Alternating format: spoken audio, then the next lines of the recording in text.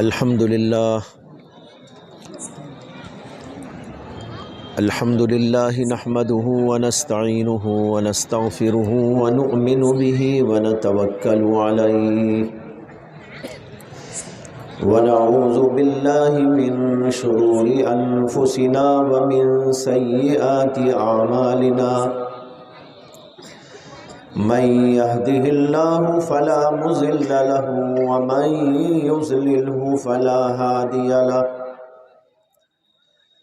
ونشهد أن لا إله إلا الله وحده لا شريك له ونشهد أن سيدنا ومولانا محمدا عبده ورسوله صلى الله عليه وعلى آله وأصحابه وأزواجه وذرياته وسلم تسليما كثيرا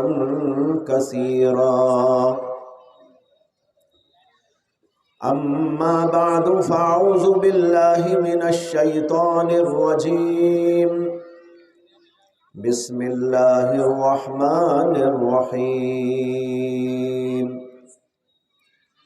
في بيوت أذن الله أن ترفع ويذكر فيها اسمه يسبح فيها بالغدو والآصال رجال لا تلهيهم تجارة ولا بيع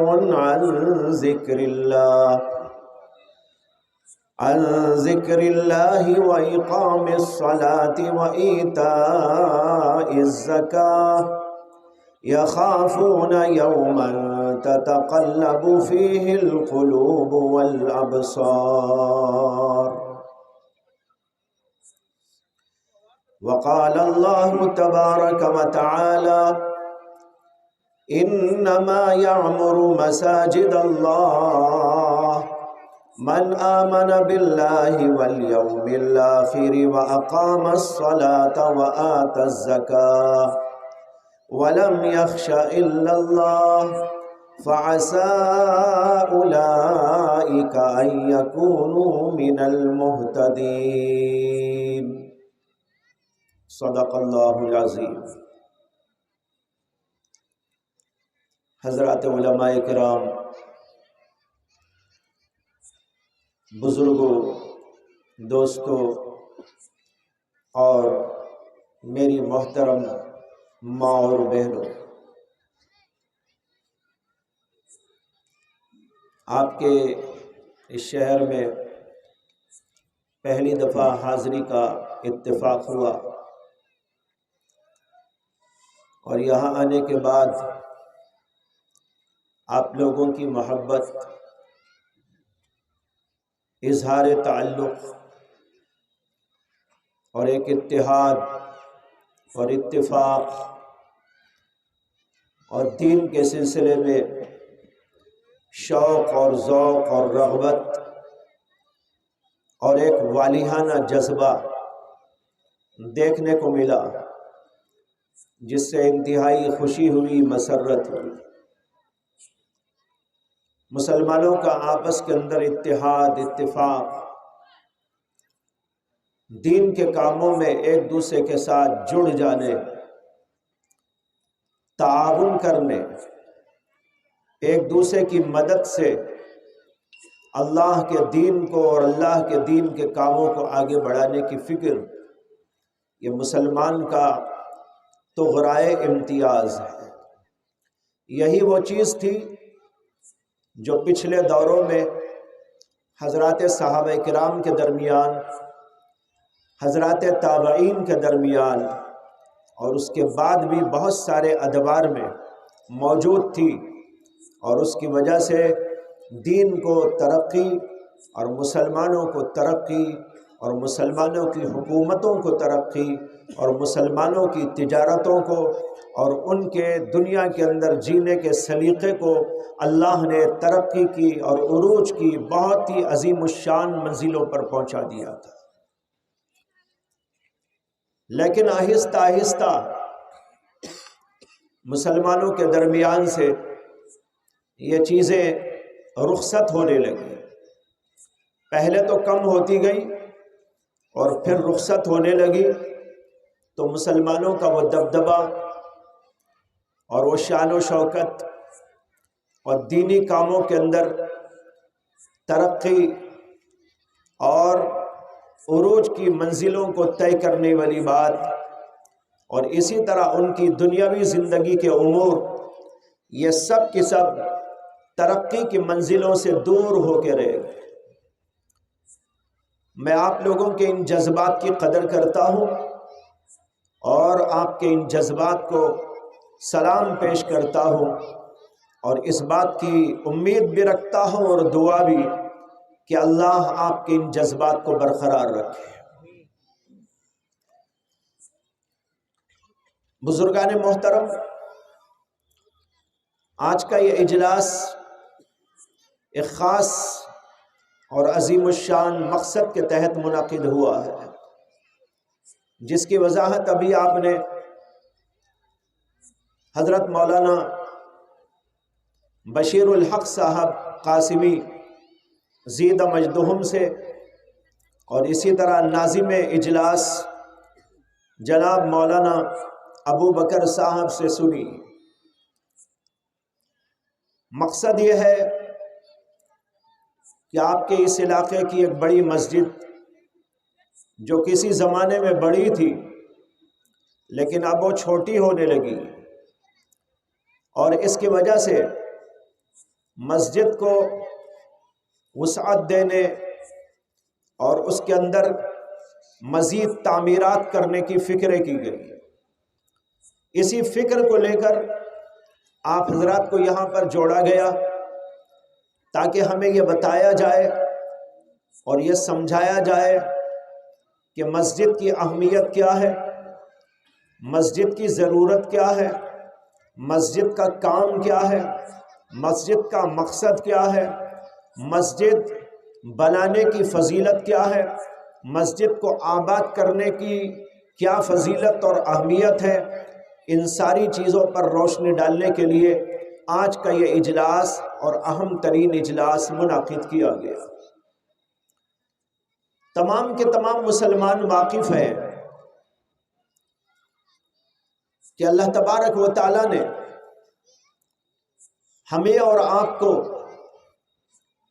ایک بہترین دین عطا کیا ہے جس کا نام ہے دین اسلام۔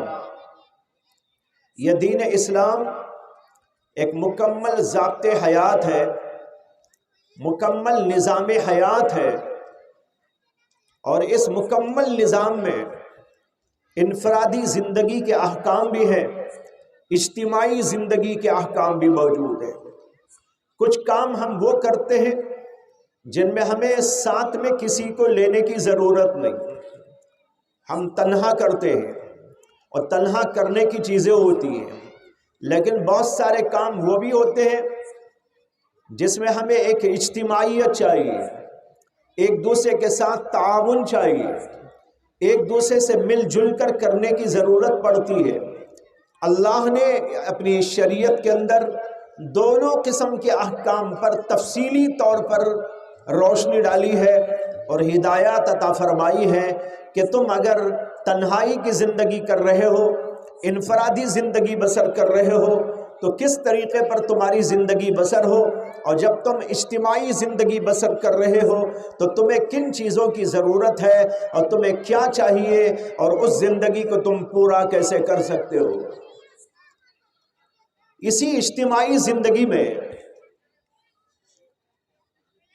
ایک بڑا مرحلہ یہ پیش آتا ہے کہ مسلمان اپنی عبادات کو، اپنی معاشرت کو، اپنے معاملات کو اور اپنی دینی زندگی میں نکھار پیدا کرنے کے لیے دعوت، تبلیغ، تدریس، تعلیم، ان تمام چیزوں کو اجتماعیت کے ساتھ میں دنیا کے اندر قائم کرے۔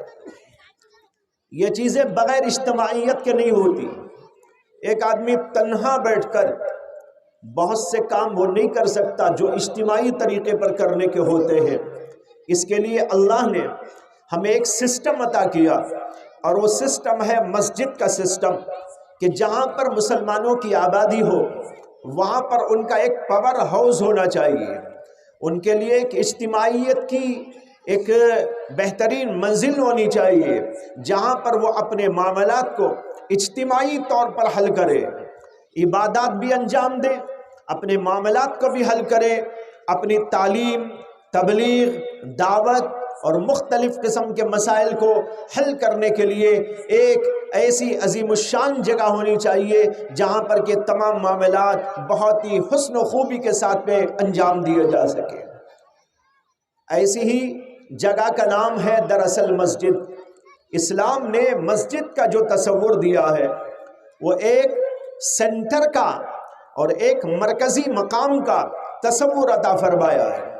بہت سارے مسلمانوں میں آج غلط فہمی کے نتیجے میں یہ بات پیدا ہو گئی کہ وہ مسجد کو سمجھتے ہیں کہ مسجد صرف نماز پڑھنے کا نام ہے، لیکن جناب محمد الرسول اللہ صلی اللہ علیہ وسلم نے جو مسجد بنائی جس کو مسجد نبوی کہا جاتا ہے، اس مسجد نبوی کا جو نظام قائم فرمایا وہ صرف عبادت تک محدود نہیں، وہاں پر فیصلے بھی ہوتے تھے، وہاں پر تعلیمی حلقے بھی لگتے تھے، وہاں پر ذکر کی مجالس بھی ہوتی تھی، وہاں نبی اکرم صلی اللہ علیہ وسلم بیٹھ کر درس بھی دیا کرتے تھے، لوگوں کی تعلیم اور لوگوں کو اچھائی کی بات بتانے کا نظام بھی چلا کرتا تھا۔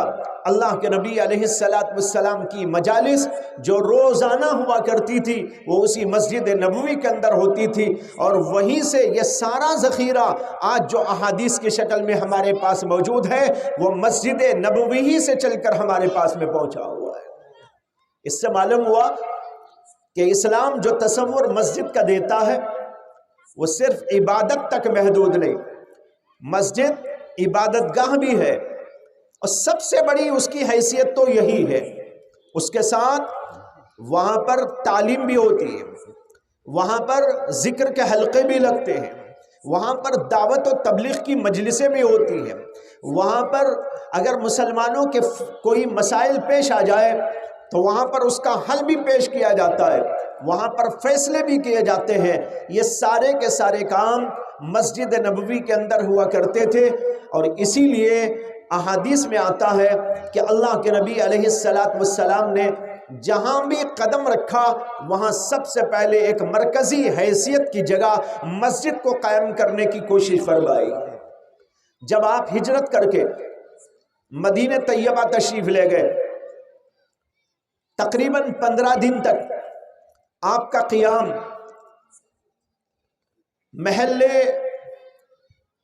بنو سلمہ میں رہا، اور وہاں پر اللہ کے نبی علیہ السلام نے ایک مسجد کی بنیاد ڈالی، اور اس مسجد کا نام ہے مسجد قباء۔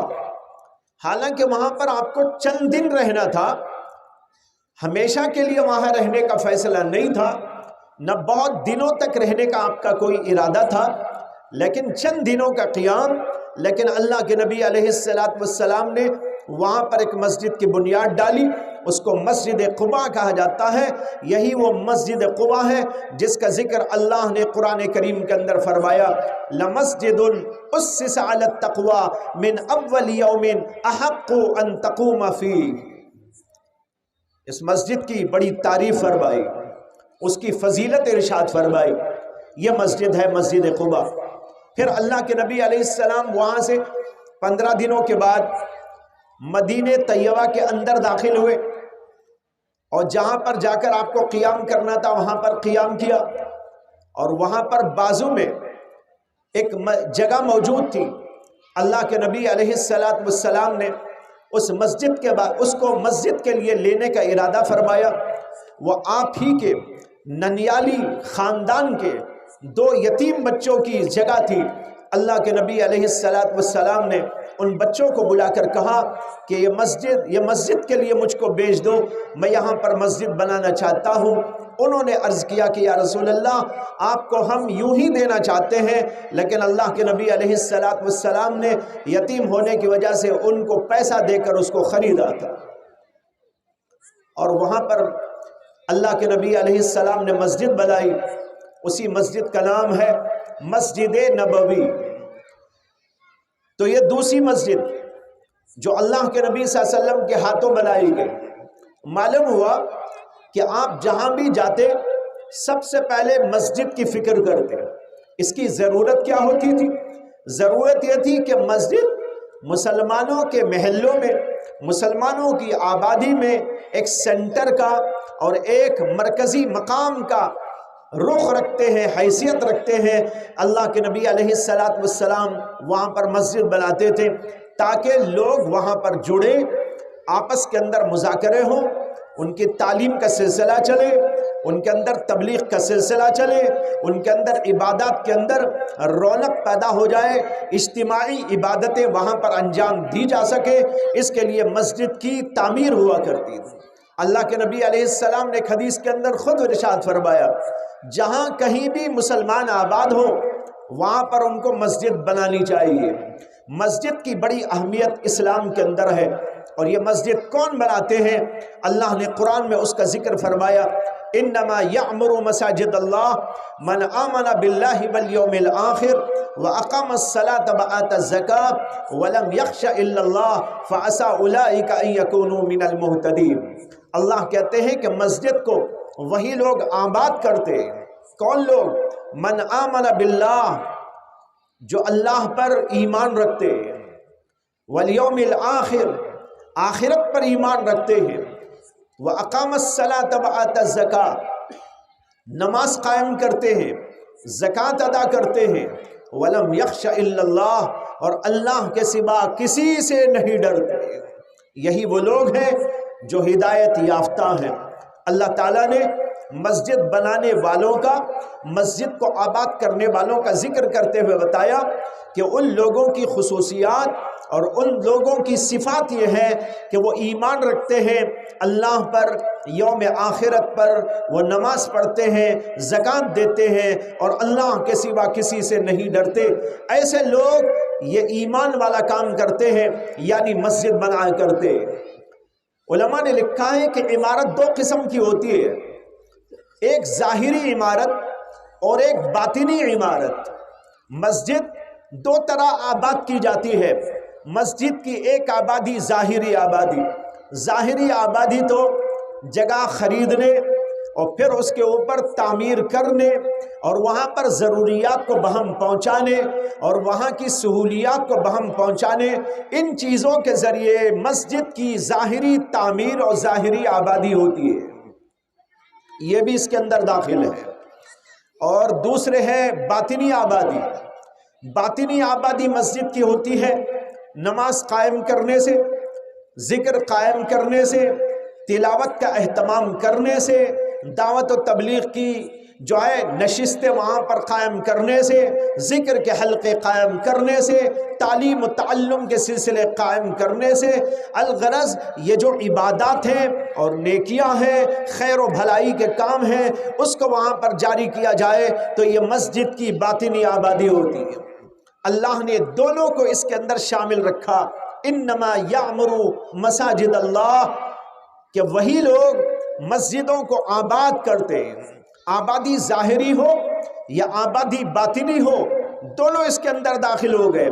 لہٰذا مسجد کو جگہ دینے والے لوگ، مسجد میں تعمیر کے لیے حصہ لینے والے لوگ، مسجد کی ضروریات کو بہم پہنچانے والے لوگ، مسجد کے اندر جن جن چیزوں کی ضرورت ان میں حصہ لینے والے لوگ، یہ سب کے سب اس مسجد کی تعمیر کے جو ہے تعمیر کرنے والوں میں داخل ہو جاتے ہیں۔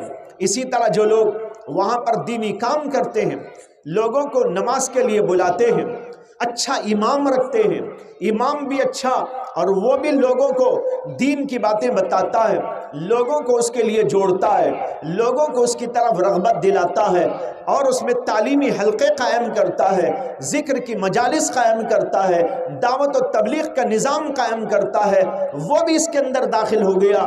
ظاہری تعمیر، باطنی تعمیر، اللہ نے دونوں کے بارے میں کہا یہ وہی لوگ کرتے ہیں جن کے اندر ایمان ہوتا ہے۔ سب سے پہلے تو اللہ پر ایمان، جو اللہ پر ایمان نہ رکھتا ہو وہ مسجد کیوں بنائے گا؟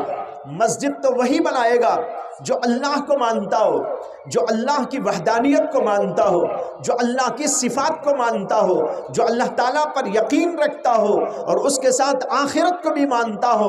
جو آخرت پر یقین کرے گا وہ سمجھے گا کہ میں مسجد میں حصہ لوں گا، مسجد کی تعمیر میں حصہ لوں گا، یہاں پر پیسہ لگاؤں گا، یہ مجھے آخرت میں کام آنے والا ہے۔ یہاں پر میں بناؤں گا مسجد، لیکن آخرت میں اللہ اس کا اجر و ثواب عطا کریں گے اور بہترین شکل میں ادا کریں گے۔ ایک حدیث میں آتا ہے کہ نبی اکرم صلی اللہ علیہ وسلم نے ارشاد فرمایا، من بنا للہ مسجدا بنا اللہ لہ بیتا فی الجنہ، جو آدمی دنیا میں اللہ کا گھر یعنی مسجد بناتا ہے للہ، اللہ کے لیے، دکھاوے کے لیے نہیں، شہرت کے لیے نہیں، دنیا میں ناموری کے لیے نہیں، دنیا میں نام کمانے کے لیے نہیں، بلکہ صرف اللہ کی خاطر بناتا ہے، میرا اللہ مجھ سے راضی ہو جائے، وہ مجھ کو اجر عطا فرما دے، اس کی قربت سے مجھ کو نواز ڈالے، اس نیت سے اور اس ارادے سے وہ مسجد تعمیر کرتا ہے، چاہے پوری مسجد بناتا ہو یا مسجد کا کوئی حصہ بناتا ہو یا مسجد کے اندر جو کام ہیں، جو ضرورتیں ہیں، ان میں سے کسی کے اندر حصہ لگاتا ہو، وہ سب اس کے اندر داخل ہو گیا۔ من بنا للہ، جو آدمی اللہ کے لیے مسجد بناتا ہے، بنا اللہ لہ بیتا فی الجنہ، اللہ اسے جنت کے اندر محل بنا کے عطا فرمائے۔ انسان تو دنیا میں اپنی شان کے مطابق بناتا ہے اور اللہ اپنی شان کے مطابق عطا کرتا ہے۔ ایک روایت میں یہ الفاظ آئے ہیں کہ نبی اکرم صلی اللہ علیہ وسلم نے فرمایا، من بنا للہ مسجدا بنا اللہ لہ مثلہ فی الجنہ، جو آدمی اللہ کے لیے اس کا گھر مسجد بناتا ہے، اللہ جنت کے اندر اسی کے مثل، اسی کے جیسا بنا کے دیتے ہیں۔ اس کے اوپر بظاہر اشکال ہوتا ہے کہ بھئی ہم اینٹ و پتھر کا بناتے ہیں، جنت میں بھی وہی بنا کے اللہ دے دیں تو ظاہر بات ہے تو کوئی بڑی بات نہ ہوئی۔ اللہ کے نبی کہتے ہیں مثلہ فی الجنہ، اسی کے مثل بنا کے دیں گے جنت میں۔ تو اسی کے مثل کا مطلب بہت سارے لوگ یہ سمجھ جاتے ہیں کہ جیسا ہم نے دنیا میں بنایا، اینٹ کا بنایا، پتھر کا بنایا، سیمنٹ کا بنایا، مٹی کا بنایا، اسی طرح کا گھر اللہ وہاں بنا کے ہم کو دے دیں گے، یعنی جیسا ہم نے دنیا میں بنایا ویسے ہی گھر جنت میں ہم کو مل جائے گا۔ لیکن یہ مطلب نہیں ہے اس حدیث کا۔ علماء لکھتے ہیں کہ مثلہ کا مطلب یہ ہے جس طرح اس آدمی نے اللہ ہی کے لیے بنایا، اللہ بھی اسی کے لیے بنا کے دیں گے۔ سمجھ میں آیا نہیں آیا؟ مثلہ اسی کی طرح، یعنی جیسے اس نے اللہ ہی کے لیے بنایا، کوئی اور مقصد نہیں تھا، کسی انسان کا کوئی تصور نہیں تھا، کوئی ناموری مقصد نہ تھی، اسی کی رضا مقصود تھی۔ جیسے اللہ کی رضا کے لیے اس نے بنایا، اللہ بھی اسی کو خوش کرنے کے لیے بنا کے اس کو عطا کریں گے۔ جیسے اس نے خدا کی خوشنودی چاہی، اللہ بندے کی خوشنودی کے لیے بنا کے دے گے۔ کتنی بڑی بات ہو گئی۔ بنائیں گے اپنی شان کے مطابق، وہ تو جنت ہے نا۔ جنت کیسی ہے؟ ایک حدیث میں آتا ہے کہ حضرت سیدنا ابو ہریرہ رضی اللہ تعالی عنہ نے نبی اکرم صلی اللہ علیہ وسلم سے پوچھا کہ یا رسول اللہ، اللہ نے جنت کیسی بنائی؟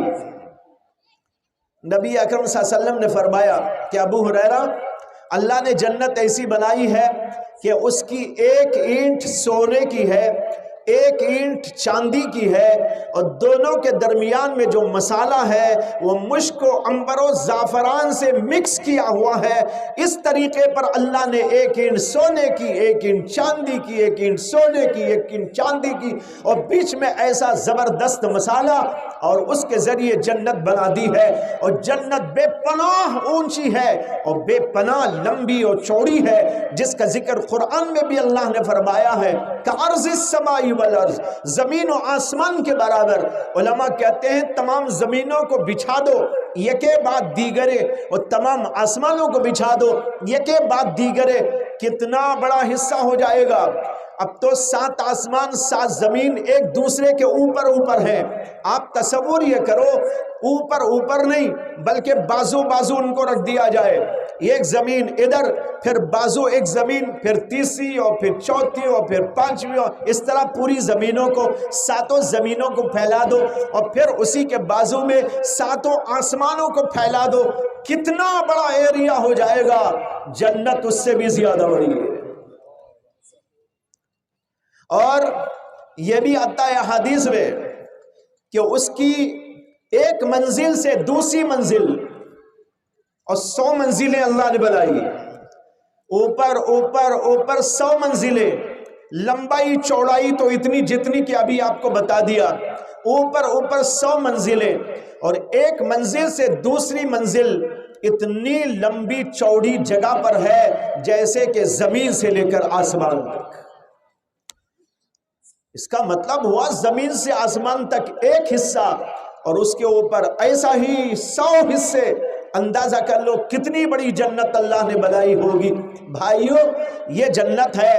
وہاں پر اللہ اپنی شان محل بنا کر اس آدمی کو دیں گے جو مسجد دنیا میں اللہ کے لیے تعمیر کرتا ہے. اور یہ نہ سوچو کہ پوری مسجد بنانے پر یہ ثواب ملتا ہے. پوری مسجد بنانے کی اللہ نے کسی کو قابلیت دی ہے، ماشاءاللہ سبحان اللہ، اس کو آگے بڑھنا چاہیے. وہ تنہا بنا دے، اور اگر اس کے اندر اتنی کیپیسٹی نہیں ہے تو وہ اگر آدھی بنا سکتا ہے تو آدھی بنائے، پاؤ بنا سکتا ہے تو پاؤ بنائے، اس سے کم بنا سکتا ہے تو اس سے کم بنائے. جتنی اس کی حیثیت، اپنی اپنی حیثیت کے مطابق آدمی اس کے اندر مال خرچ کر سکتا ہے اور تعمیر میں حصہ لے سکتا ہے. اور اس کی دلیل یہ ہے کہ ایک حدیث پاک میں اسی کے اندر جو حدیث ابھی میں نے پڑھی، من بنا للہ مسجدا بنا اللہ لہ مثلہ فی الجنہ، اسی میں یہ لفظ بھی اضافہ ہو کے آیا. اللہ کے نبی نے فرمایا من بنا للہ مسجدا ولو کمفحص قطات بنا اللہ لہ مثلہ فی الجنہ. کیا مطلب ہے؟ فرمایا کہ جو آدمی اللہ کا گھر بناتا ہے، اللہ کی خاطر بناتا ہے، ولو کمفحص قطات، اگرچہ وہ اتنی چھوٹی جگہ ہو جیسے کہ کبوتری کے انڈے دینے کی جگہ. کبوتر کتنا ہوتا ہے؟ اتنا سا آپ کے ایک قبضے میں آ جاتا ہے، مٹھی میں آ جاتا ہے، اور وہ انڈا دیتا ہے تو انڈے کی جگہ کتنی ہے؟ مفحص کہتے ہیں انڈا دینے کی جگہ. قطات کے معنی آتے کبوتری. فرمایا کبوتری کے انڈا دینے کی جگہ ہی کے برابر کیوں نہ ہو، اللہ اس کو بھی اسی طرح بنا کے دیں گے اپنے شایان شان. اس لیے جو جیسی حیثیت رکھتا ہے اس طرح اپنی حیثیت کے مطابق اس کے اندر مال لگا سکتا ہے. نہ غریب کو محروم رکھا گیا، نہ مالدار کو پیچھے رہنے کا کہا گیا. مالدار آگے بڑھے، وہ بھی اپنے شایان شان اس کے اندر حصہ لے، اپنی حیثیت کے مطابق، اپنی استطاعت کے مطابق. اور جو مالدار نہیں ہے وہ اپنی اپنی حیثیت کے مطابق اس کے اندر لگا سکتا ہے. حتیٰ کہ فقیر بھی اس سے محروم نہیں، اگرچہ وہ کمفحص قطات، ایک چھوٹا انڈے دینے کی جگہ جتنی ہوتی ہے اتنا ہی مال خرچ کر سکتا ہو، اللہ اس کو بھی عطا فرمانے والے ہیں. لیکن شرط ہے، اور بڑی کڑی شرط ہے، اور وہ یہ ہے للہ، اللہ کی رضا کے لیے ہونا چاہیے، ناموری کے لیے نہیں، شہرت کے لیے نہیں، دنیا میں لوگوں کے درمیان میں اپنا نام کمانے کے لیے نہیں، اور بلکہ صرف اور صرف اللہ کے لیے ہونا چاہیے. تاریخ کے اندر ایک واقعہ لکھا ہے کہ کسی زمانے میں ایک بادشاہ تھا. اس نے مسجد بنانے کا ارادہ کیا کہ میں ایک مسجد بناؤں گا اور تنہا میں ہی بناؤں گا. کئی لوگوں نے یہ چاہا، اس کے وزیروں نے، ارکان دولت، ارکان سلطنت نے، کہ ہم بھی کچھ حصہ اس کے اندر لگا دیں. لیکن بادشاہ نے سختی سے انکار کر دیا اور اس نے کہا کہ نہیں، میں یہ مسجد بناؤں گا اور تنہا بناؤں گا. چنانچہ مسجد بنایا، عالیشان مسجد، اور اس کے اوپر اپنا نام کندہ کرایا، اپنے نام کے ساتھ مسجد کے اوپر بورڈ لگا دیا، فلاں کی بنائی ہوئی مسجد۔ اس کے بعد اس نے جس رات میں یہ بورڈ لگایا، اسی رات خواب کے اندر دیکھتا ہے کہ ایک اللہ کا فرشتہ آیا ہے، مسجد کو آیا ہے، اسی مسجد کو، جس مسجد کو اس نے بنایا تھا، اور جہاں پر اس کے نام کا بورڈ لگا ہوا ہے وہاں سے اس کے نام کو مٹا کر ایک بوڑھی عورت کا نام لکھ دیتا ہے۔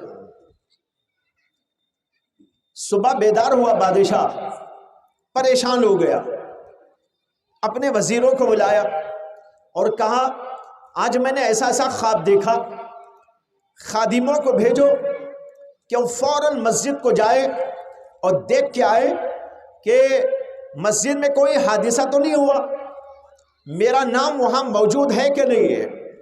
لوگ گئے، جا کر دیکھا نام تو موجود تھا، کچھ نہیں ہوا تھا، آ کر بتا دیا کہ بادشاہ کچھ نہیں ہوا ہے۔ خیر وہ دن گزارنے کے بعد جب دوسری رات کو سوتا ہے تو پھر خواب کے اندر دیکھتا ہے وہی منظر کہ ایک فرشتہ آیا ہے اور بورڈ سے اس کا نام مٹا کر ایک عورت کا نام لکھ دیتا ہے۔ پھر بیدار ہونے کے بعد وزیروں کو بلاتا ہے اور حکم دیتا ہے کہ جاؤ دیکھ کر آؤ کیا ہوا۔ آ کر کہتے ہیں کہ کچھ نہیں ہوا، آپ کا نام الحمدللہ باقی ہے۔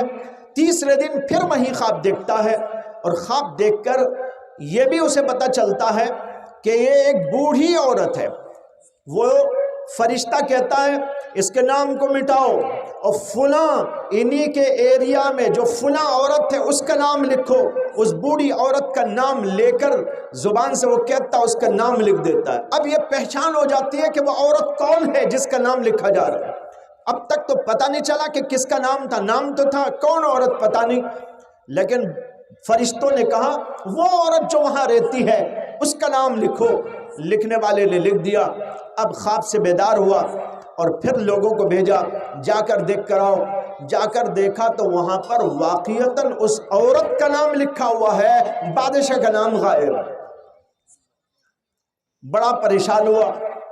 پریشان ہونے کے بعد حکم دیا کہ اس بوڑھی عورت کو بلا کے لایا جائے کہ آخر تحقیق کریں گے کہ معاملہ کیا ہے، اس کا نام کیوں آ گیا ہے۔ بنایا میں نے، خرچ کیا میں نے، محنت اٹھائی میں نے، سب کچھ میں نے کیا اور کسی کا پیسہ میں نے اس کے اندر نہیں لگایا۔ آخر اس عورت کا نام یہاں پر فرشتوں کے ذریعے لکھ دینے کا مطلب کیا ہے۔ بوڑھی عورت کو بلایا گیا، وہ ہانپتی کامتی بادشاہ کے دربار میں حاضر ہوئی۔ بادشاہ نے اس سے کہا کہ یہ جو میں نے مسجد بنائی ہے تم اس کو جانتی ہو؟ اس نے کہا جی حضور جانتی ہوں۔ کہا تم نے کچھ حصہ اس کے اندر لگایا تھا؟ اس نے کہا نہیں۔ کیوں نہیں لگایا؟ آپ نے تو منع کر دیا تھا۔ ویسے بھی میں فقیر عورت ہوں، میرے پاس ہے ہی کیا کہ آپ مسجد بنائیں اور آپ کی مسجد میں میں حصے دار بنوں، میری تو ایک قابلیت تھی ہی نہیں۔ بادشاہ نے کہا اگر تم نے کوئی حصہ اس میں نہیں لگایا تھا تو تمہارا نام میری مسجد کے اوپر لکھا ہوا ہے، اس کی کیا وجہ ہے، کچھ پتہ ہے؟ وہ عورت کہنے لگی میں نے کوئی حصہ تو نہیں لگایا، مگر، یہ کہہ کے ٹھہر گئی، مگر پہ آ کے رک گئی۔ بادشاہ نے کہا مگر کیا مگر؟ مگر کے بعد بھی تو بولو۔ تو وہ عورت ڈرتے ڈرتے کہنے لگی مگر یہ ہوا کہ ایک دفعہ میں یہاں سے جا رہی تھی، جب یہ مسجد تعمیر ہو رہی تھی تو مسجد کے قریب میں جو جانور رہتے تھے جن کے اوپر گاڑیوں میں کچھ سامان لاد کے لایا جاتا تھا، گھوڑے تھے، گدھے تھے، وہ ادھر بندھے ہوئے تھے اور ان کے سامنے پانی کے ٹب رکھے ہوئے تھے، لیکن وہ پانی کے ٹب جانوروں کے منہوں سے ذرا دور تھے۔ تو چلتے چلتے میں نے دیکھا یہ جانور جو آپ کے جانور ہیں اور مسجد کے لیے کام کر رہے ہیں، مسجد کے لیے ساز و سامان اٹھا کے لا رہے ہیں، ان کو پانی کی ضرورت ہے لیکن ان کا پانی ان کے منہوں سے دور رکھ دیا گیا ہے۔ تو میں آگے بڑھی تھی اور میں نے صرف اللہ کی خاطر ان کو ذرا قریب کر کے جانوروں کو پانی پلا دیا تھا، بس یہی میرا مگر ہے، اس کے سوا میں نے کوئی کام نہیں کیا۔ بادشاہ کہنے لگا سارا راز سمجھ میں آ گیا، میں نے مسجد بنائی، خرچ میں نے کیا، سب کچھ میں نے کیا، لیکن میری نیت تھی میرا نام ہو جائے، میری نیت تھی میرا بورڈ لگ جائے، دنیا کے اندر میرا نام روشن ہو جائے، اور تو نے ایک کام کیا، اگرچہ بظاہر بہت معمولی کام، لیکن تجھے کسی کے نام کی کوئی پرواہ نہ تھی، تجھے اپنا نام روشن کرنا مقصود نہیں تھا، محض اللہ کے لیے تو نے کیا۔ چونکہ مسجد ہی کے کام کے یہ جانور تھے، ان کو پانی پلانا گویا کہ مسجد ہی کی خدمت کرنا ہے۔ اب مجھے سمجھ میں آ گیا کہ تیرا نام وہاں کیوں رکھا گیا ہے۔ یہ کہہ کر اس نے اعلان کر دیا کہ اب اور ذرا بورڈ بڑا کر کے لگا دینا کہ اس عورت کی مسجد ہے، میری مسجد نہیں۔ تو بھائیو، یہ تاریخ کا قصہ ہے، اس سے اندازہ ہوتا ہے کہ ہمیں اور آپ کو کوئی بھی کام کرنا ہو، ہماری نیت خالص ہونی چاہیے، اللہ کی رضا کی ہونی چاہیے۔ اللہ کی رضا کے لیے بندہ کوئی کام کرتا ہے مقبول ہوتا ہے، اللہ کے لیے نہیں کرتا تو کتنے سے بڑا کام کرے لیکن اللہ کے ہاں مقبول نہیں ہوتا۔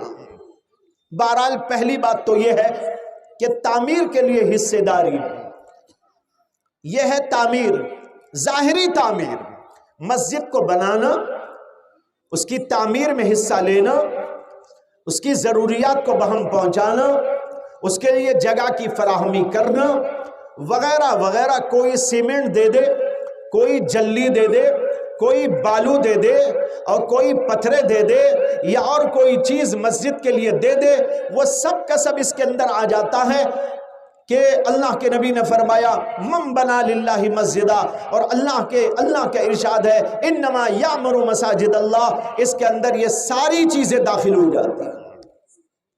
اور دوسری عمارت وہ ہے مانوی عمارت، مسجد کو مانوی طور پر آباد کرنا، اور یہ ہوتا ہے نماز کو قائم کرنے سے، بہترین امام رکھنے سے، اچھے مؤذن کا انتخاب کر کر بہترین اذان دلوانے سے، قرأت اچھی پڑھی جا رہی ہو، بڑا نیک اور متقی امام ہو، عالم دین ہو، فاضل ہو، تقوی شعار ہو، بہترین مؤذن ہو، اچھی آواز کے ساتھ اذان دی جا رہی ہو اور وہ بھی متقی اور عابد و زاہد ہو، ایسے لوگ مسجد کے امام اور مؤذن بنے۔ لوگ جوک در جوک آتے ہیں، ان کے پیچھے نماز پڑھنے کی کوششیں ہوتی ہیں۔ ایک حدیث میں آتا ہے کہ اللہ کے نبی صلی اللہ علیہ وسلم نے فرمایا تم میں سے اگر کسی کو خواہش ہو کہ وہ کسی نبی کے پیچھے نماز پڑھے تو اس کو چاہیے کہ وہ کسی متقی امام کے پیچھے نماز پڑھے۔ معلوم ہوا مسجد کی آبادی، مسجد کی باطنی رونق وہ دراصل نماز سے ہوتی ہے، امام سے ہوتی ہے، مؤذن سے ہوتی ہے۔ آج کل لوگ مسجدیں تو بناتے ہیں بڑی عالیشان، لیکن مسجد کے اندر امام جو رکھتے ہیں وہ عالیشان نہیں ہوتا، وہ متقی عابد و زاہد عالم اور فاضل نہیں ہوتا۔ اسی طرح مؤذن کو رکھتے ہیں تو وہ کوئی عالم بھی نہیں ہوتا، حافظ بھی نہیں ہوتا، الفاظ بھی اس کے درست نہیں ہوتے، آواز بھی اس کی اچھی نہیں ہوتی۔ بہترین آواز والا، بہترین انداز والا، بہترین صفات والا، اخلاق و کردار والا، عمل والا ایسا آدمی مؤذن ہوتا ہے تو بھائیو اس کی بات میں اثر بھی ہوتا ہے۔ عرض یہ کرنا ہے کہ مسجد کی باطنی آبادی ان سے ہوتی ہے، یہ بھی اس کے اندر داخل ہے جس کو اللہ نے کہا انما یعمر مساجد اللہ۔ دونوں کی طرف توجہ دینے کی ضرورت ہے، اس لیے کہ صرف مسجد کو ظاہری طور پر بنا کر چھوڑ دینا یہ کافی نہیں ہے، بلکہ اس کے ساتھ اس کو آباد رکھنا۔ ہندوستان میں کئی مسجدیں ایسی ہیں جہاں کبھی لوگوں نے نماز پڑھی تھی، آہستہ آہستہ آبادی کم ہوتی چلی گئی، لوگوں نے نماز کے اندر غفلت برتنی شروع کر دی، آج وہ مسجدیں ویران پڑی ہوئی آج بھی ہے۔ میں خود کئی مسجدوں کو دیکھا ہوا ہوں جہاں پر مسجدیں شکوہ کر رہی ہے، مسجدیں شکایت کر رہی ہے، واویلا کر رہی ہے، بل بلا رہی ہے۔ اور یہ نہ سوچو کہ اگر ہم نماز نہیں پڑھتے تو مسجد کو کوئی اثر نہیں ہوتا، مسجد اس کا اثر لیتی ہے۔ حضرت مولانا حکیم الامت تھانوی نے اپنا واقعہ بیان کیا ہے کہ جب وہ کانپور کے اندر رہا کرتے تھے تو وہاں پر ایک مسجد کو توڑ کر جو ہے مسجد نئی بنانے کی فکریں کی جا رہی تھی۔ وہاں 2 میناریں تھی، پہلے مسجد کے اندر 2 میناریں تھی۔ جس دن اس کو توڑا گیا تو ایک مینار دوسرے مینار سے معانقہ کر رہی ہے، گلے مل کے رو رہی ہے کہ اب تک تو ہم ساتھ ساتھ تھے، اب ختم ہو گئے۔ اس سے معلوم ہوتا ہے ان میں بھی شعور ہوتا ہے، ہر چیز کے اندر شعور ہوتا ہے۔ زمین میں شعور ہے، آسمان میں بھی شعور ہے، چاند سورج میں بھی شعور ہے، پتھروں میں کنکریوں میں بھی شعور ہے، ان پھولوں میں بھی شعور ہے۔ ہم کو جو بے شعور نظر آتے ہیں وہ سب کے سب با حیات بھی ہیں، باشعور بھی ہیں، لیکن ہم کو شعور نہیں ہے، اس لیے ہم ان کو بے شعور سمجھتے ہیں۔ یہ اصل میں ہماری بے شعوری کی بات ہے، ہمارے اندر اتنا شعور نہیں کہ ان کو ہم جانیں۔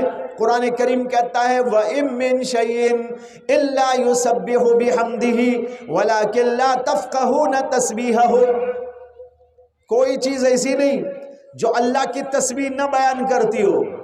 زمین ہو، آسمان ہو، چاند و سورج ہو، تنکے ہو، پتھر ہو، کنکری ہو، یہ سب کی سب چیزیں اللہ کی تسبیح پڑھتی ہیں، اللہ کی تعریف بیان کرتی ہیں۔ وَلَكِن لَّا تَفْقَهُونَ تَسْبِيحَهُمْ، لیکن تم ان کی تسبیح کو نہیں سمجھتے، تم بے شعور ہو، وہ باشعور۔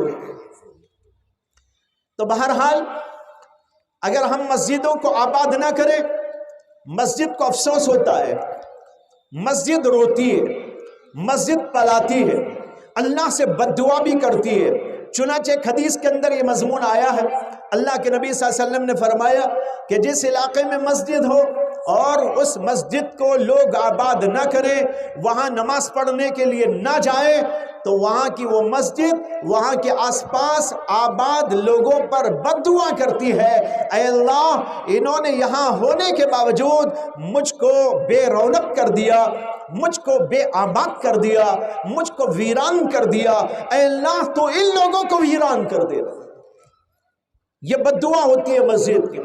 اس لیے ہمیشہ یاد رکھے ہم مسجد بنائیں لیکن اس کے ساتھ اس بات کی بڑی کوشش ہو مسجد آباد رہے، مصلی بڑھتے رہیں، وہاں پر تعلیم کا شعبہ ہو، بچے آ کے پڑھتے رہیں، بڑے لوگ بھی آ کے پڑھتے رہیں، اور اسی طریقے پر وہاں پر دعوت و تبلیغ کے سلسلے جاری ہو، دین کا پیغام پہنچایا جا رہا ہو، بہترین امام لوگوں کو نصیحت کر رہا ہو، واعظ و نصیحت کی مجلسیں جاری ہو، تقوی کی باتیں، اللہ کی باتیں، رسول کی باتیں، اللہ کی محبت کی باتیں، خوف و خشیت کی باتیں، تقوی و طہارت کی باتیں، یہ ساری باتیں وہاں ہو رہی ہو، اور پھر وہاں سے یہ پیغام آس پاس میں بسنے والے تمام گھروں تک پہنچایا جا رہا ہو، عورتوں تک پہنچ رہا ہو کہ کیا بات ہوئی مسجد کے اندر، کیا پیغام دیا مسجد کے اندر، مرد آ کر سنے اور لے جا کر گھروں تک بات کو پہنچائے۔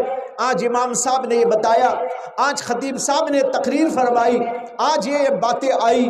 حدیثوں میں آتا ہے حضرات صحابہ رضوان اللہ تعالی علیہم اجمعین جب نبی اکرم صلی اللہ علیہ وسلم کی مجلسوں کے اندر شریک ہوتے تھے تو یہ حضرات جب گھروں کو جاتے، صحابیہ عورتیں پوچھا کرتی آج اللہ کے نبی کی مجلس میں کیا بات آئی، خود مرد کبھی ان کو بتاتے یہ باتیں آئی تھی، یہ پیغام دیا گیا ہے، یہ چیزیں واقع ہوئی، یہ واقعات وہاں پیش آئے، کسی نے آیا یہ سوال کیا، اللہ کے نبی نے جواب دیا۔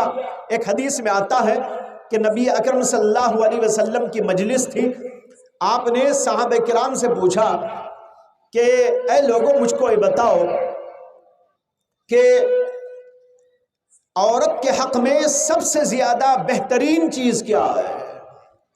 اے لوگوں مجھ کو یہ بتاؤ کہ عورت کے حق میں سب سے زیادہ بہترین چیز کیا ہے؟ حضرات صحابہ سوچتے رہ گئے، کوئی بات ان کی سمجھ میں نہیں آئی۔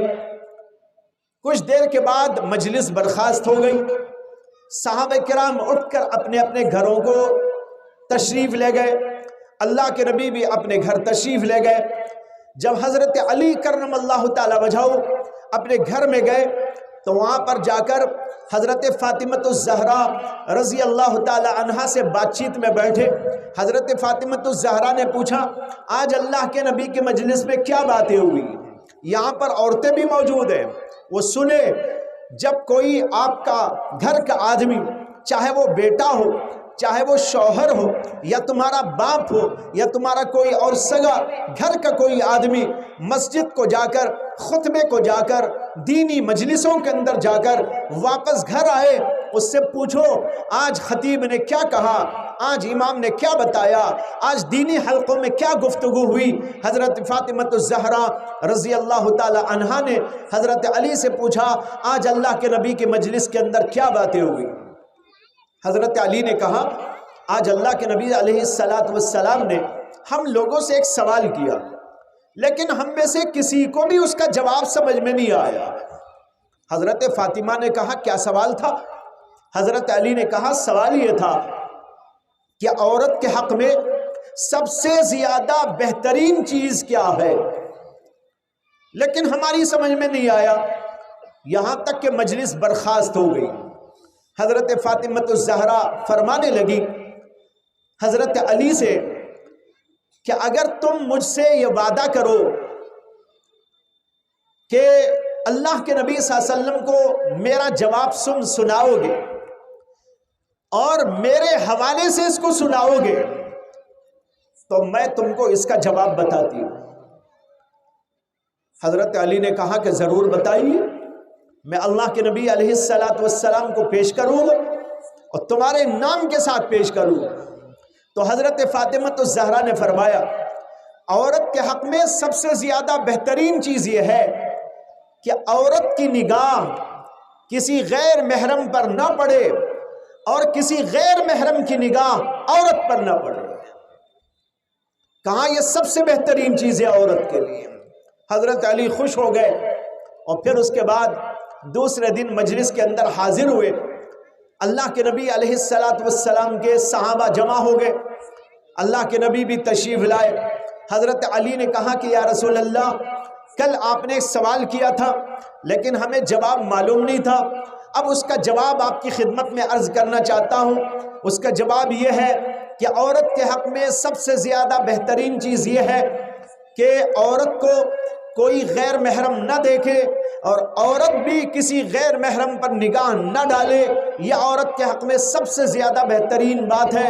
حضرت علی نے اتنا کہا، ابھی بات ختم نہ ہوئی تھی، وہ آگے پیش کرنا چاہ رہے تھے، یہ جواب مجھ کو فاطمہ نے بتایا، لیکن اتنے میں اللہ کے نبی نے سوال کر دیا، اچھا یہ جواب تم کو کس نے بتایا؟ اللہ کے نبی کو اندازہ ہو گیا تھا کہ یہ ان کا جواب نہیں ہے، کسی اور کا جواب ہے، اس لیے پوچھ لیا تم کو جواب کس نے بتایا؟ حضرت علی نے عرض کیا کہ یا رسول اللہ، کل میں یہاں سے رخصت ہوا تو حضرت فاطمہ نے پوچھا کیا ہوا، میں نے بتایا، انہوں نے جواب بتایا۔ اللہ کے نبی علیہ السلام کے چہرے انور پر مسکراہٹ دوڑنے لگی اور نبی اکرم صلی اللہ علیہ وسلم نے فرمایا، ہاں فاطمہ ہی ایسا جواب دے سکتی ہے، فاطمہ بضعۃ منی، وہ تو میرا لخت جگر ہے، میرے جسم کا ایک ٹکڑا ہے۔ یہ کہہ کر اللہ کے نبی علیہ السلام نے بڑی خوشی کا اظہار فرمایا۔ تو یہ ہوتا تھا اللہ کے نبی صلی اللہ علیہ وسلم کے دور میں، آج بھی اس دور کو شروع کرنا چاہیے، عورتیں پوچھا کریں، مردوں سے دین سیکھا کریں۔ تو غرض یہ کہ مسجد ایسی ہو جہاں پر یہ سارے سلسلے ہوں، تعلیم کا سلسلہ، تعلم کا سلسلہ، ذکر کا سلسلہ، تلاوت کا سلسلہ، امام بڑا بہترین اور وہ لوگوں کو واعظ و نصیحت کے ذریعے لوگوں کے دلوں کو کھنگالنے والا، لوگوں کے دلوں کو پاک و صاف کرنے والا، اللہ سے ملانے والا، اللہ تعالیٰ سے تعلق جوڑنے والا ایسا امام لوگوں کو لے کر یہ سارے کام کر رہا ہو۔ اب بتاؤ مسجد کتنی آباد ہوگی اور لوگوں کی آبادی دل کے لحاظ سے کہاں تک پہنچ جائے گی۔ یہ ہے باطنی رونق اور باطنی آبادی مسجد کی، یہ دونوں ہونا چاہیے۔ جب مسجد ایسی بن کے رہے گی بھائیوں، یہ مسجد چار طرف رونق پھیلاتی ہے اور اس کے ذریعے دین اللہ کا گھر گھر پہنچتا ہے، لوگوں کی اصلاح ہوتی ہے، لوگوں کو اللہ سے تعلق پیدا ہوتا ہے۔ آج مسجدوں کا حال ہم نے ایسا کر دیا، مسجد تو بنا دیتے ہیں لیکن اس کے بعد 2 رکعت نماز پڑھ کر مسجد کو تالا لگا کے چلے جاتے ہیں، وہاں پر نہ تعلیم ہے، نہ تعلم ہے، نہ ذکر ہے، نہ تلاوت ہے، نہ کوئی اور سلسلہ موجود ہے، دل کو کھنگالنے کی کوئی بات نہیں ہو رہی ہے، اصلاح کا کوئی نظام نہیں ہے، دعوت و تبلیغ کا کوئی سلسلہ نہیں ہے۔ جس کا انداز ایسا ہو وہاں دور دور تک کوئی رونق نہیں رہتی، اگرچہ مسجد کھڑی ہوئی ہو لیکن مسجد کی باطنی رونق ختم ہو جاتی۔ جہاں یہ سارے سلسلے ہو پھر تو کیا کہنا۔ حضرت سیدنا ابو ہریرہ رضی اللہ تعالیٰ عنہ روایت کرتے ہیں کہ نبی اکرم صلی اللہ علیہ وسلم ایک بار مسجد نبوی تشریف لائے، آپ نے دیکھا وہاں پر کچھ لوگ ادھر بیٹھے ہیں، کچھ لوگ ادھر بیٹھے ہوئے ہیں۔ اللہ کے نبی علیہ السلام نے ایک حلقے والوں سے پوچھا تم کیا کر رہے ہو؟ انہوں نے کہا اللہ کے رسول ہم اللہ کی یاد میں بیٹھے ہیں، اللہ کے ذکر میں بیٹھے ہیں۔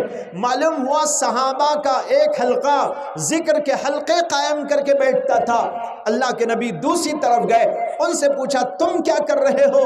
انہوں نے کہا یا رسول اللہ ہم تعلیم و تعلم میں لگے ہوئے ہیں، ایک آدمی دوسرے کو سکھاتا ہے، دوسرا آدمی دوسرے سے سیکھتا ہے، سیکھنے سکھانے کا سلسلہ جاری ہے۔ اللہ کے نبی علیہ السلام اسی حلقے کے اندر بیٹھ گئے اور کہنے لگے میں تم میں سے ہوں، وہ بھی میرا حلقہ، میں تم میں سے ہوں۔ وہ کہہ کر اللہ کے نبی علیہ السلام بیٹھ گئے۔ معلوم ہوا وہاں ذکر کے حلقے، وہاں تعلیم و تعلم کے حلقے، اللہ کے نبی کی مجلسیں، جس سے کہ دین پھیلا، جس سے کہ ساری دنیا کے اندر اصلاح کا نظام جاری ہوا، یہ سب کچھ وہاں پر ہوتا تھا۔ اور اسی کے ساتھ ایک اور بات بھی ہوتی تھی، وہ یہ کہ کوئی مسئلہ مسلمانوں کے درمیان میں پیش آ گیا، مسلمان مسجد میں آتے تھے، اللہ کے نبی کی خدمت میں آتے تھے، مسجد نبوی میں بیٹھ کر فیصلے کیے جاتے تھے۔ احادیث کے اندر اس کا ذکر موجود ہے، اللہ کے نبی صلی اللہ علیہ وسلم فیصلے کیا کرتے تھے، کوئی بھی فیصلہ ہو وہاں مسجد میں آتا تھا۔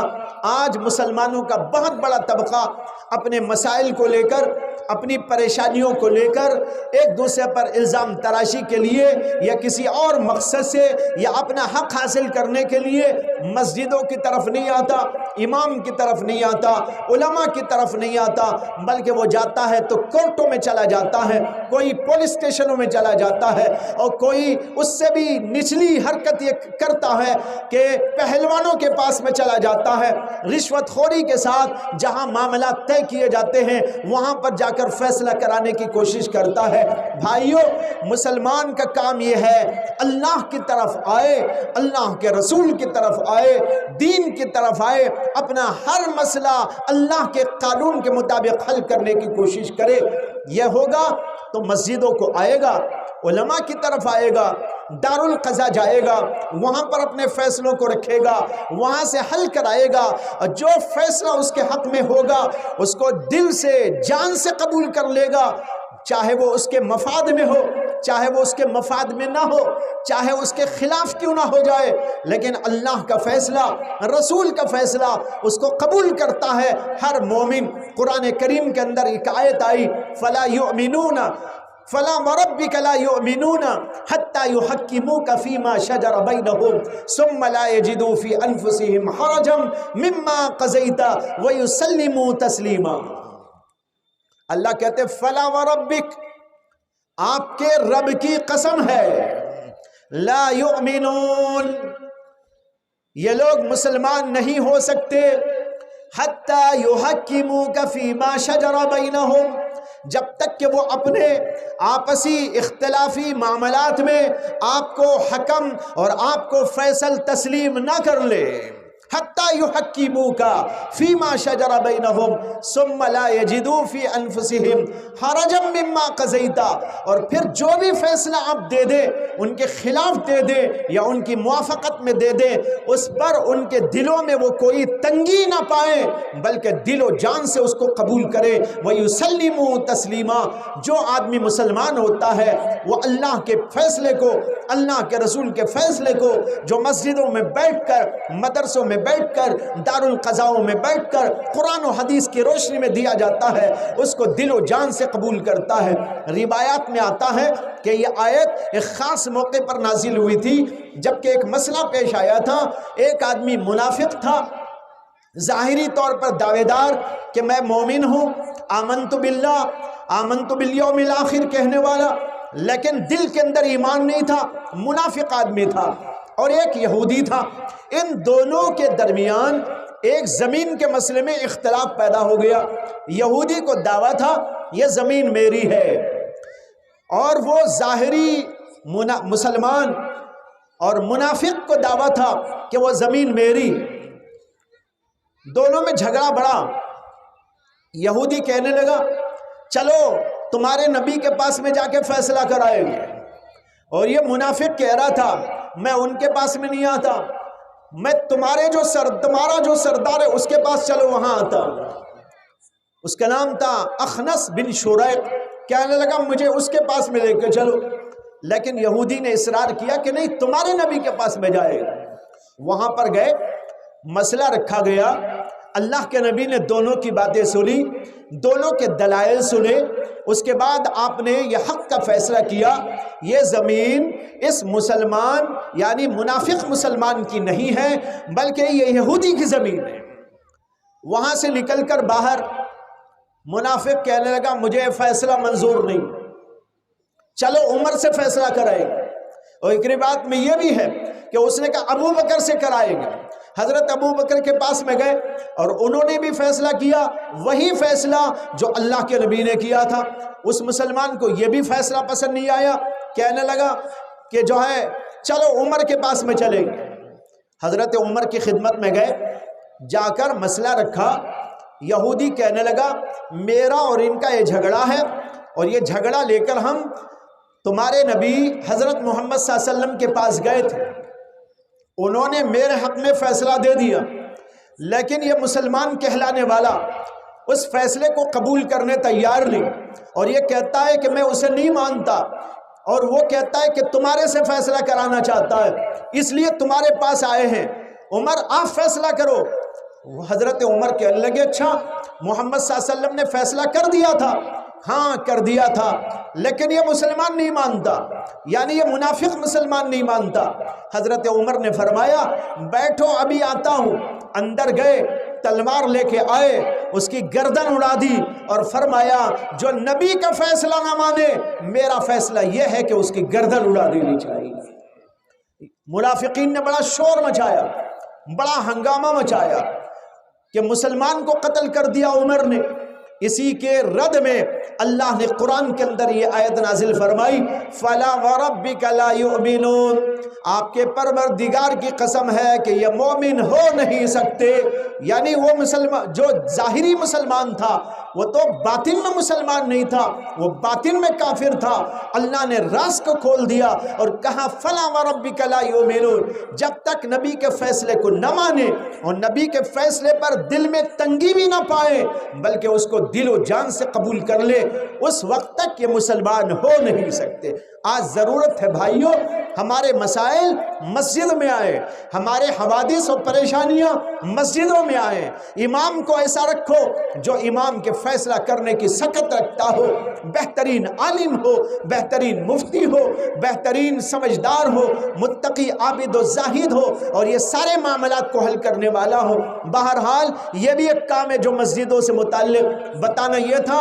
ایک ہے مسجد کی ظاہری آبادی، وہ ہوتی ہے تعمیر سے، بنانے سے، اور دوسری آبادی اس کی ہے نماز سے، ذکر سے، تسبیحات سے، تعلیم و تعلم سے۔ دعوت و تبلیغی حلقوں سے، ان چیزوں سے باطنی رونق پیدا ہوتی ہے۔ یہ دونوں چیزیں مسلمان کی بڑی اہم ترین ضرورتیں ہیں۔ مسجد مسلمان کی ایک اہم ترین ضرورت، اس کے دل کو بنانے والی چیز، اس کے ظاہر کو بنانے والی چیز، اللہ سے اس کے جوڑنے والی چیز، اس لیے کہ مسجد نہ رہے، مسجد سے تعلق نہ رہے، مومن صحیح معنی میں مومن نہیں بنا کرتا۔ ایک پاور ہاؤس اس کو چاہیے جہاں سے اس کا رشتہ اللہ سے قائم ہونے لگے۔ اس لیے اللہ کے نبی نے پہلی جہاں بھی تشریف لے گئے وہاں مسجد بنائی، اور جہاں مسلمانوں کی آبادی ہو وہاں مسلمانوں کو حکم دیا مسجد کو تعمیر کرنا چاہیے۔ اور یہ بھی روایت میں آتا ہے، اللہ کے نبی علیہ السلام نے فرمایا، المسجد بیت کل مؤمن و تقی، مسجد ہر مسلمان کا اور بالخصوص ہر متقی کا گھر ہے۔ مسلمان وہاں رہتا ہے، اسے سکون ملتا ہے، اسے عافیت معلوم ہوتی ہے، مسلمان کا دل مسجد میں لگا رہتا ہے۔ ایک حدیث میں آتا ہے کہ اللہ کے نبی علیہ السلام نے فرمایا، سبعۃ یظلھم اللہ فی ظلہ یوم لا ظل الا ظلہ، 7 افراد ایسے ہیں، 7 قسم کے لوگ ایسے ہیں جن کو اللہ اپنے سائے میں اس دن جگہ دے گا جس دن اللہ کے سائے کے سوا کوئی سایہ نہیں ہوگا۔ وہ کیا ہے؟ وہ کون لوگ ہیں؟ 7 افراد، 7 قسم کے لوگوں کا ذکر ہے۔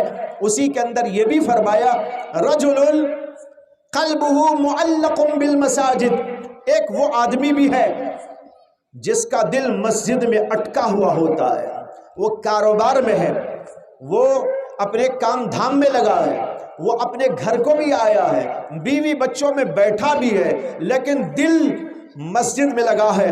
کب اذان ہوگی، کب بلاوا آئے گا، کب میں وہاں پر جاؤں گا، دل وہاں پر لگا ہوا ہوتا ہے۔ یہ آدمی کی بڑی فضیلت اس حدیث کے اندر بیان کی گئی۔ جو لوگ ایسے ہوتے ہیں وہاں پر قیامت کے دن جب کوئی سایہ نہیں ہوگا، ساری دنیا پریشان ہوگی، وہاں ایسے لوگوں کو اللہ تعالیٰ اپنے سائے کے اندر جگہ دیں گے۔ بعض علماء نے کہا سائے سے مراد عرش کا سایہ، اور بعض لوگوں نے کہا عرش کے علاوہ کوئی سایہ، بہرحال کوئی بھی سایہ ہو وہاں پر اس کو جگہ ملے گی۔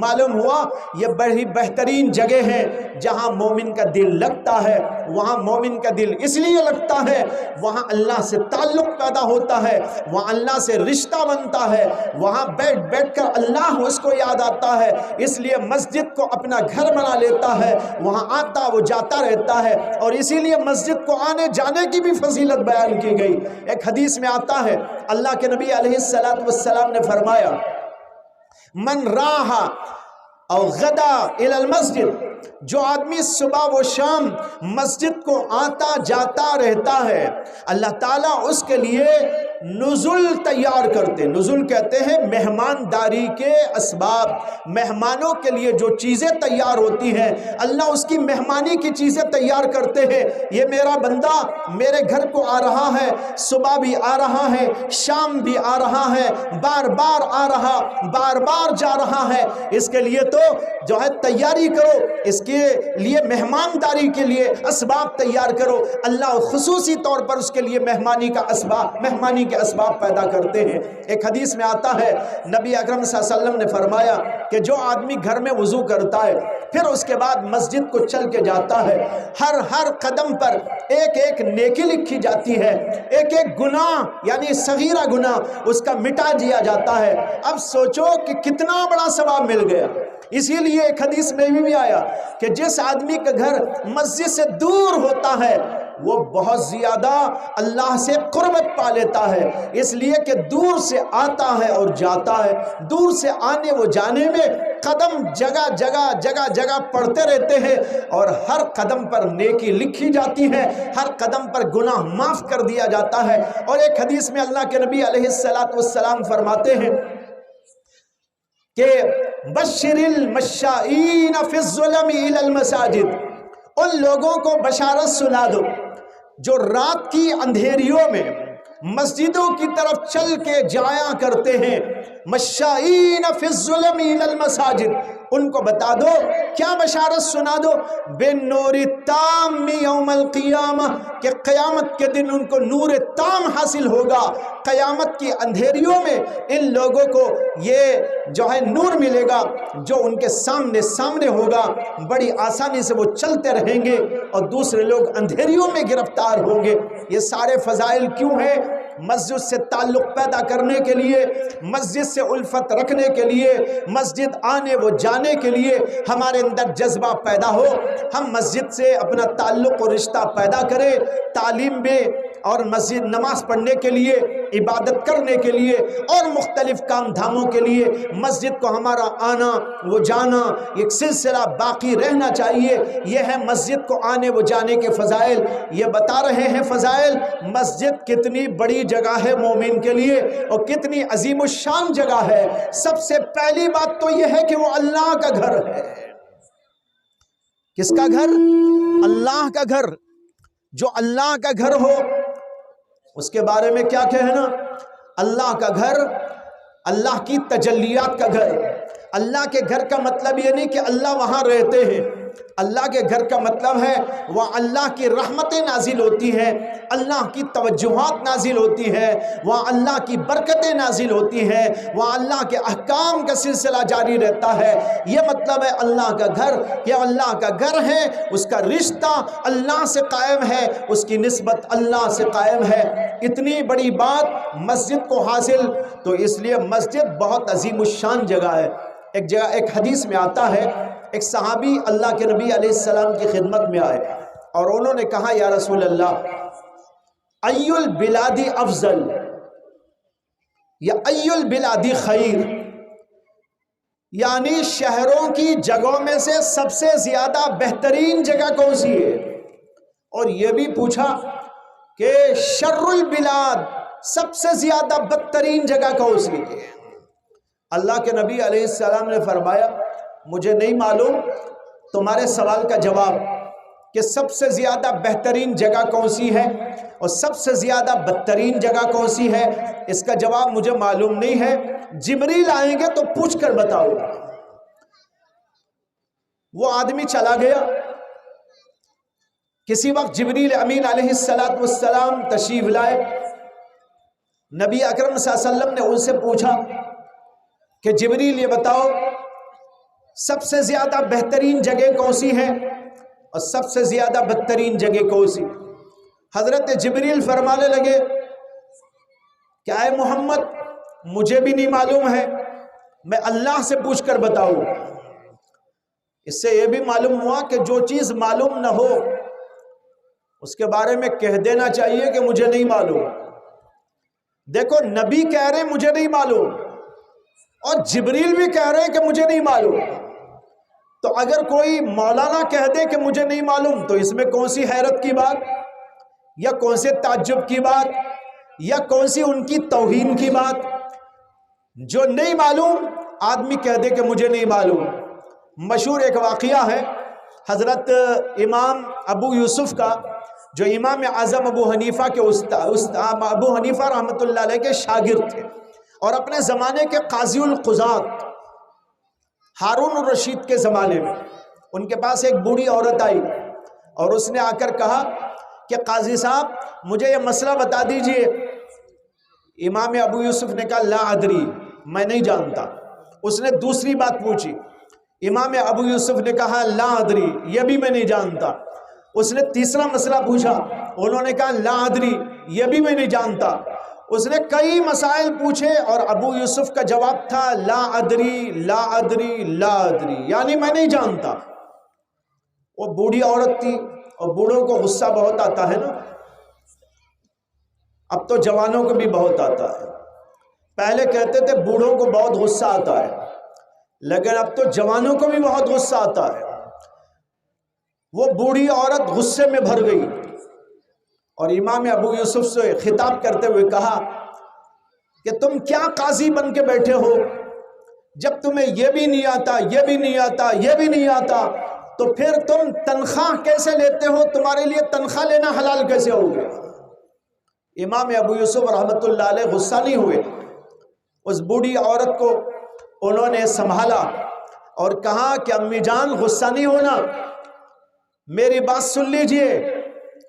اس کے بعد میں انہوں نے کہا میں جو تنخواہ لیتا ہوں وہ صرف میری ادریوں کی تنخواہ ہے، میں جو تنخواہ لیتا ہوں وہ صرف میری ادریوں کی تنخواہ ہے۔ کیا مطلب؟ جو جانتا ہوں اس کی تنخواہ لیتا ہوں، اور اگر میں اپنی لا ادریوں کی یعنی اپنی جہالتوں کی اور اپنی ناواقفتیوں کی تنخواہ بھی لینے لگوں تو ہارون کا خزانہ تو ایک طرف رہا، اگر قارون کا خزانہ بھی ہو تب بھی ناکافی ہو جائے گا۔ بڑا بہترین جواب دیا۔ تو بہرحال اللہ کے نبی صلی اللہ علیہ وسلم نے کہا مجھے نہیں معلوم، اور پھر جبریل کو پوچھا تو انہوں نے کہا مجھے بھی نہیں معلوم، میں اللہ سے پوچھوں گا۔ جبریل گئے اور اللہ سے پوچھا، اللہ نے کہا جاؤ محمد صلی اللہ علیہ وسلم کو بتا دینا کہ سب سے زیادہ بہترین جگہ مساجد ہیں اور سب سے زیادہ بدترین جگہ وہ بازار ہے، یہ ہے مسجد۔ تو بھائیوں، یہ مسجد کی فضیلت، اہمیت اور ضرورت بھی آپ کو بتا دی، اور میں نے یہ بھی بتا دیا کہ مسجد میں ہونا کیا چاہیے، ظاہری تعمیر کے ساتھ اس کی باطنی تعمیر کا سامان یہ سب ہو، اور ہم مسجد بنا کر اس طریقے پر مسجد کو آباد رکھیں تو انشاءاللہ آپ کا یہ پورا علاقہ جگمگا اٹھے گا۔ مجھے امید ہے کہ یہاں بیٹھنے والے تمام افراد اس مسجد جو آپ کے علاقے کی بننے جا رہی ہے اس کے اندر ہر آدمی اپنا ضرور حصہ لے گا، اور کوئی اس میں پیچھے نہیں رہے گا، اور ہر آدمی کوشش کرے گا اپنی حیثیت کے مطابق ضرور بھی ضرور اس کے اندر حصے دار ہو، وہ اپنی اپنی حیثیت کو دے کے۔ ایک بات یہ بھی بتا دوں، کوئی صاحب کہنے لگے وَلَوْ كَمَفْحَسِ حَتَّات، اتنی فضیلت تو آ گئی ہے کہ اگر کبوتری کے انڈے دینے کی جگہ کے برابر بھی کوئی مسجد میں حصہ لے لے گا تو کافی ہے اس کے لیے، مجھے تو عالی شان مکان جنت کے اندر مل جائے گا، اگر میں اتنا بھی حصہ لے لوں تو اب بڑے سے بڑا مالدار بھی، لکھ پتی، کروڑ پتی، ارب پتی بھی سوچنے لگے مجھے بھی کمفحسی قطعات کافی ہے۔ تو یہاں ان کے لیے عرض کر دوں کہ بھائی آپ کے لیے کافی نہیں ہے، آپ سوچئے اپنی حیثیت کے مطابق۔ یہ ان لوگوں کے لیے کہا گیا جن کے پاس کچھ نہیں ہے، وہ بھی اگر مسجد میں حصے دار بننا چاہے، کوئی فقیر سے فقیر بھی حصے دار بننا چاہے، اللہ نے، اللہ کے نبی نے اس کو بھی محروم نہیں رکھا۔ اگر وہ تھوڑا سا 1 پیسہ لا کے دے دے، 10 پیسہ لا کے دے دے، اس کا بھی قابل قبول ہوگا، اور جو آدمی اپنی حیثیت کے مطابق 10 پیسے بھی دے گا تو اللہ اس کو جنت میں محل بنا کے دے دیں گے۔ لیکن جو لاکھوں کا مالک ہو، جو کروڑوں کا مالک ہو، جو اربوں کھربوں کا مالک ہو، وہ بھی اگر 10 پیسے لا کے دے گا تو یہ بات ٹھیک نہیں ہوگی۔ وہ اپنی شان کے مطابق دے یا اپنی شان کے مطابق دے، ہر آدمی اپنی اپنی شان کے مطابق دے، اللہ اسے اپنی شان کے مطابق عطا کرے۔ شان پر مجھے قصہ یاد آ گیا، ایک فقیر تھا، وہ جا رہا تھا، بھیک مانگتے مانگتے جا رہا تھا، چلتے چلتے راستے میں ایک بہت بڑا دروازہ نظر آیا، عظیم الشان محل تھا۔ دیکھا کہ اتنا عظیم الشان دروازہ ہے، اتنا عظیم الشان محل ہے، یہاں بھیک مانگوں کا تو زیادہ بھیک ملے گی، اب تو چھوٹے چھوٹے دروازوں سے ہو کے آیا ہوں، یہ تو بہت بڑا دروازہ ہے، اس لیے یہاں تو بھیک بہت ملے گی، اس لیے جا کر کھٹکھٹانے لگا۔ بہت دیر کے بعد دروازہ کھلا، یہ اللہ کا بندہ مانگ رہا تھا اللہ کے نام سے کچھ دے دو، فقیر آیا ہے اللہ کے نام سے کچھ دے دو، تو دروازہ بہت دیر کے بعد میں کھلا اور اسے 10 پیسے دیے ہوئے، اتنا بڑا دروازہ، اور 10 پیسے خیرات اس کو دی گئی۔ خیر دروازے سے 10 پیسے دینے کے بعد دروازہ بند ہو گیا، یہ فقیر گیا اور کہیں سے کلہاڑی لے کے آیا اور اس دروازے کو توڑنے لگا، دھنا دھن آواز آ رہی ہے، مار رہا ہے۔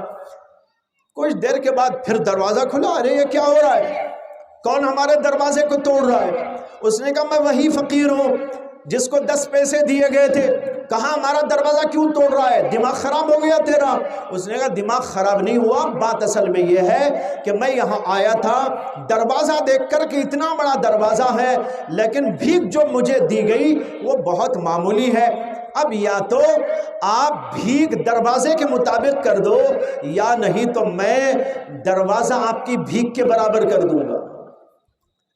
اس نے کہا یا تو بھیک دروازے کے برابر کر دو یا نہیں تو میں تمہارا دروازہ تمہارے 10 پیسے کی بھیک کے برابر کر دوں گا۔ دروازہ اتنا بڑا اور بھیک اتنی چھوٹی۔ بھائیو اسی طرح یاد رکھو، اللہ کے دربار میں جب آپ دیں گے اپنی شان کے مطابق آپ دیں گے، اللہ اپنی شان کے مطابق آپ کو عطا کرے گا۔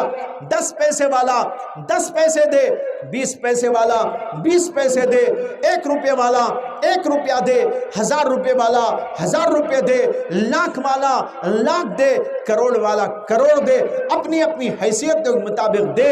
وہاں پر اللہ تبارک و تعالی اجر عظیم آپ کو عطا کریں گے، اور وہاں پر جب اجر ملے گا وہ ایسا جو ہے بے حساب ہوگا، لا تعداد ہوگا، اس کا آپ دنیا کے اندر تصور بھی نہیں کر سکتے۔ جو آدمی اخلاص کے ساتھ وہاں پر دیتا ہے اللہ کے لیے، وہاں پر اس کو وہ دیا جاتا ہے جس کا ہم تصور نہیں کر سکتے۔ بخاری کے اندر حدیث موجود ہے، اللہ کے نبی علیہ السلام نے فرمایا کہ جو آدمی ایک کھجور دیتا ہے اللہ کے راستے میں، یعنی اتنا ہی اس کی حیثیت تھی، اسے اس نے دیا، اب وہ ایک کھجور اللہ اپنے ہاتھ میں رکھ کر اس کو پالتے ہیں۔ کیا فرمایا؟ اللہ اسے اپنے ہاتھ میں رکھ کر اس کو پالتے ہیں اور اسے بڑا کرتے ہیں، یہاں تک کہ احد پہاڑ کے برابر ہو جاتا ہے۔ اور ایک حدیث میں یوں فرمایا کہ جب کوئی آدمی صدقہ دیتا ہے اللہ اس کو اس طرح پالتے ہیں جیسے کہ تم میں سے کوئی اپنے گھوڑے کی دیکھ بھال کرتا ہے، اپنے گھوڑے کے بچے کو پال کر بڑا کرتا ہے، اللہ اسی طرح اس صدقے کو بھی پالتے ہیں اور احد پہاڑ کے برابر کر دیتے ہیں۔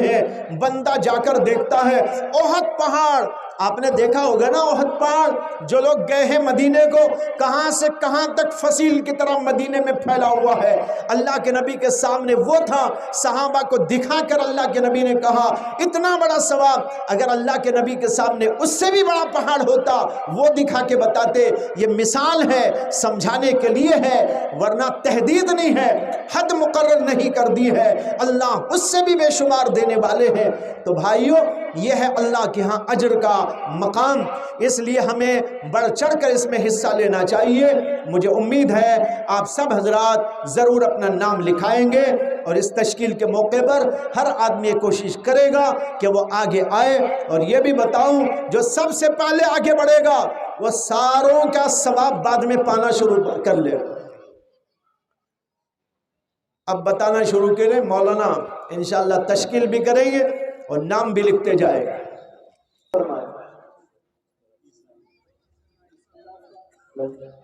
مڈل کی زون ہے، انکل کی کوزل کی زون، محبوب بھائی پڑے گا 25,000 روپے، اللہ قبول فرمائے۔ بہت سے حضرات ہیں ہمارے مڈل کی زون کے جو نظر آ رہے ہیں وہ ہمت کر سکتے ہیں، اللہ تعالیٰ نے